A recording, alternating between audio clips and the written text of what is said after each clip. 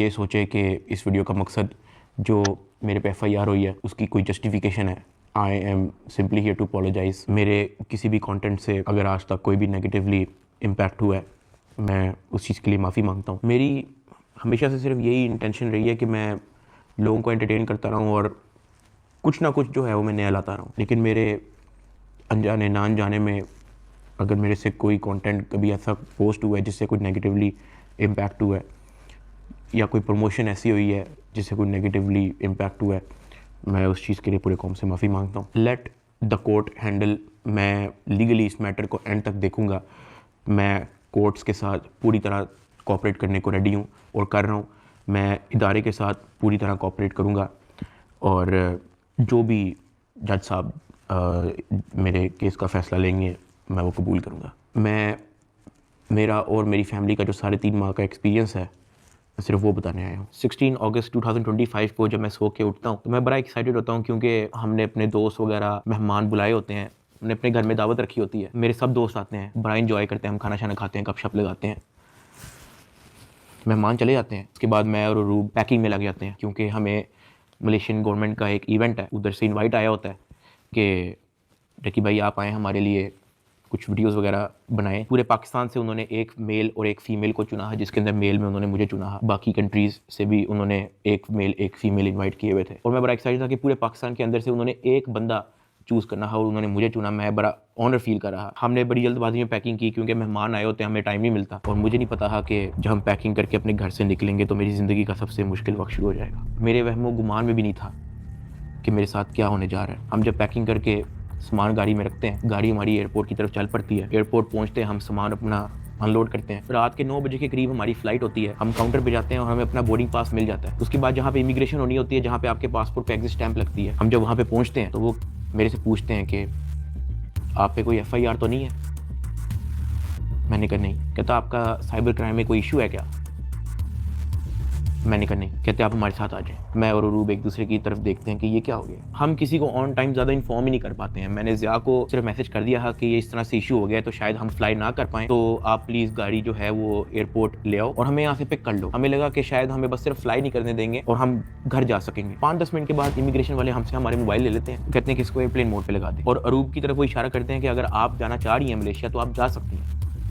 अरूब ने कहा नहीं, अगर साथ मेरे साथ जा रहा है तो मैं चले जाती हूँ, वरना मैं इधर ही ठीक हूँ. शायद ये मेरी गलती ही, मुझे उसको जाने देना चाहिए था क्योंकि उसके बाद जिस चीज़ से मेरी फैमिली ने गो थ्रू किया है मैंने यही रिग्रेट किया कि मुझे अरूब को मलेशिया भेज देना चाहिए था. इमिग्रेशन वाले हमें एक रूम में बिठाए थे. मैं और अरूब बस आपस में गपशप लगा रहे होते हैं कि कोई नहीं कल चले जाएंगे, कोई नहीं दोबारा टिकट करा के परसों चले जाएंगे, इवेंट भी 2 दिन के बाद है, कल चले जाएंगे. हम आपस में यही डिस्कस कर रहे थे. बिल्कुल मेरे अंदर इतना सा भी वहम गुमान नहीं था कि असल में इशू क्या. 1 घंटे के बाद इमिग्रेशन वाले आते हैं, वो कहते हैं कि आ जाए हमारे साथ. एयरपोर्ट के बाहर NCCI की टीम आई होती है, मुझे वो हथकड़ी लगाते हैं, मुझे गाड़ी में बैठा देते हैं. अरूब कहती है कि मैंने भी साथ आना है. मैंने उसको कहा नहीं तुम घर चली जाओ, मुझे नहीं पता क्या सीन है, मैं हैंडल कर लूँ. वो गाड़ी भी चल पड़ी थी, गाड़ी सीधा चलेगी NCCI ऑफिस गुलबर्ग. इस वक्त यूट्यूबर डकी भाई की गिरफ्तारी का हर तरफ चर्चा है. डकी भाई को लाहौर एयरपोर्ट पर उस वक्त गिरफ्तार किया गया जब वह बैरून मुल्क जा रहा था. NCCI लाहौर ने मारूफ यूट्यूबर सादुर रहमान उर्फ डकी भाई के खिलाफ मुख्तलिफ इल्जामात के तहत मुकदमा दर्ज कर लिया. साइबर क्राइम एजेंसी ने यूट्यूबर साद उर्फ डकी भाई के खिलाफ मुकदमा दर्ज कर लिया है. मशहूर यूट्यूबर डकी भाई कल रात से गिरफ्तार है. पाकिस्तान के सबसे मशहूर यूट्यूबर डकी भाई एक बार फिर बड़ी मुश्किल में फंस गए हैं. मुल्जिम को गुज़श्ता रात लाहौर एयरपोर्ट से गिरफ्तार किया गया था. यूट्यूबर डकी भाई बड़ी मुश्किल में, हुक्म जारी, मदाहों के लिए बुरी खबर. डकी भाई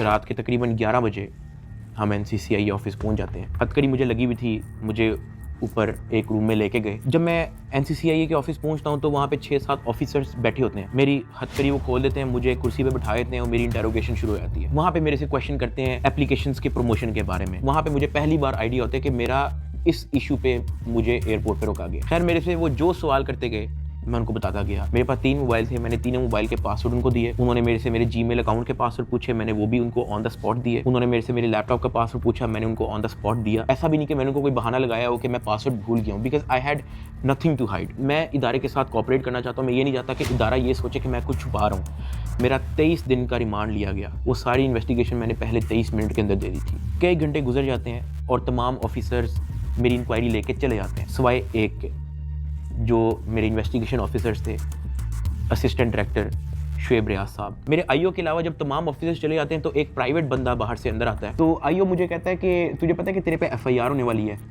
मैंने कहा यार मुझे थोड़ा सा एक्सप्लेन कर दें कि मेरे पे केस क्या है और क्या FIR है और मैंने किया क्या है। तो जो प्राइवेट बंदा था जो बाद में आया था ना, वो कहता कि यार तेरे बहुत बड़े मामला आते हैं, तेरा बहुत बड़ा मैटर है, तेरे पीछे ISI है, तेरे पीछे MI है, तेरे पीछे क्या क्या एजेंसी है। कहता तुझे पता ही नहीं है कि तूने क्या किया। तो वो मेरे पे ये इंप्रेशन डाला था कि हर इदारा जो है वो मेरे पीछे पड़ गया। साथ ही कहता कि लेकिन अगर आप हमारे साथ कोऑपरेट करेंगे तो हम आपके साथ कोऑपरेट करेंगे। मेरा तो काम ही कोई नहीं है। मैं सुबह उठता हूँ, फैमिली को टाइम दिया, बेगम को टाइम दिया, एक आधे दोस्त को टाइम दिया, जाके व्लॉग वगैरह बना लिया, घर आए सो गए, दैट्स इट। इसके अलावा मेरी लाइफ में कुछ है ही नहीं। मेरे माइंड में 100 सवाल आना शुरू हो गए, लेकिन मेरे पास जवाब किसी का नहीं था। खैर उन्होंने मेरे पे FIR दे दी, मुझे हवालात में बंद कर दिया। मैंने ज़िंदगी में कभी हवालात नहीं देखी थी।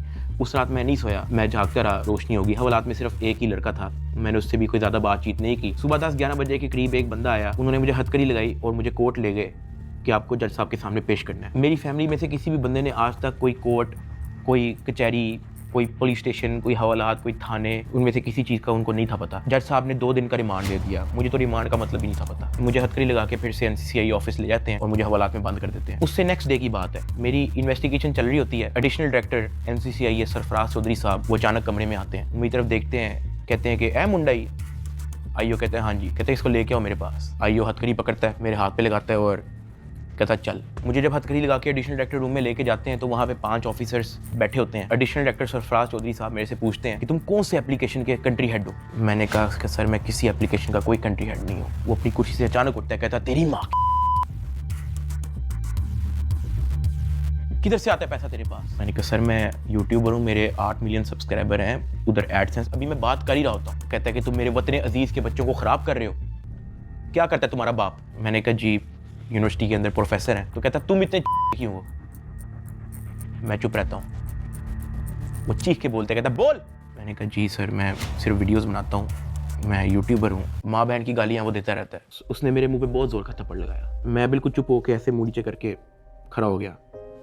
तो कहता मुँह ते कर, मुँह ते कर। अभी मैंने मुंह पर किया नहीं था। वो जोर से चीख के कहता मुँह ते कर। अभी मैंने वो मुँह पर किया ही था, उसने मुझे दूसरा थप्पड़ लगाया। मैं वहाँ पे बड़ा हेल्पलेस फील कर रहा कि यार मेरे से ऐसा क्या हो गया। मैं भी ये सोच ही रहा था, उसने मुझे तीसरा थप्पड़ लगाया। मुझे माँ बहन की गालियाँ दी जा रहा है। मैं अपना मुँह नीचे करके खड़ा हुआ हूँ तो मेरे थप्पड़ इधर लगता था, फिर वो कहता मुँह पर कर, फिर मेरा थप्पड़ इधर लगता है। वो मारी गया जब तक उसका दिल नहीं भरा। मैंने तो गिने भी नहीं है कि उसने मुझे थप्पड़ कितने मारे हैं। फिर वो मुझे कहता कि अपनी टांगे बैंड कर। मैंने अपनी टांगे बैंड कर ली। कहता हाथ ऊपर कर। मैंने अपना हाथ ऊपर कर ली। वो घर में एक वीडियो कॉल लगाता है जो एक बच्चा रिसीव करता है जिसकी एस्टिमेटेड तकरीबन एज होगी 7 साल। एक हाथ में सिगरेट होती है।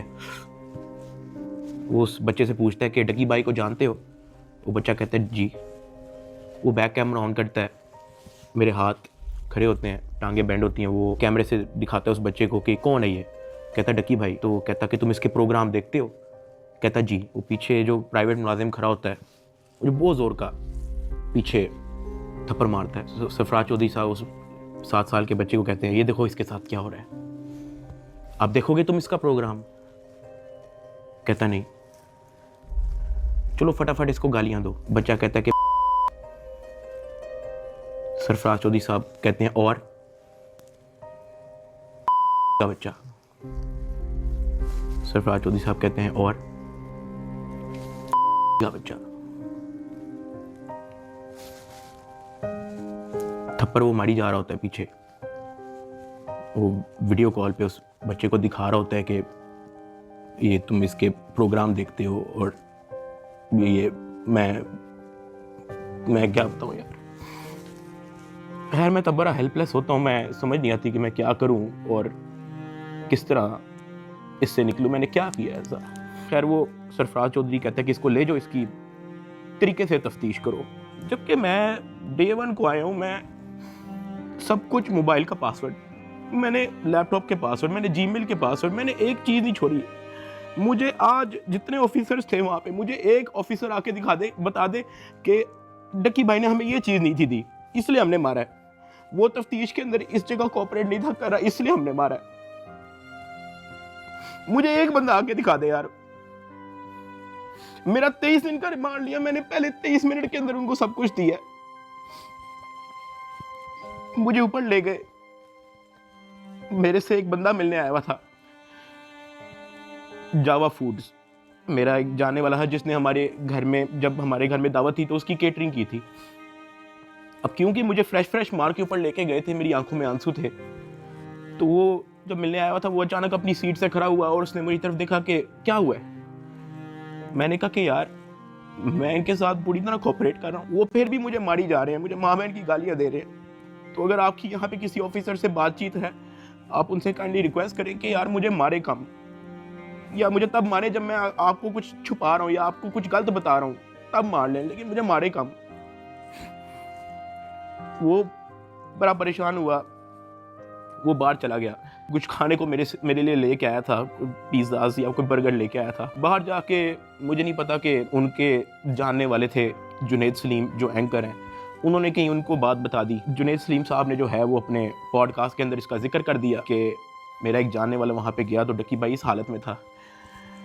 तो जुनैद सलीम साहब ने जो है वो इस चीज़ का पॉडकास्ट दे दिया।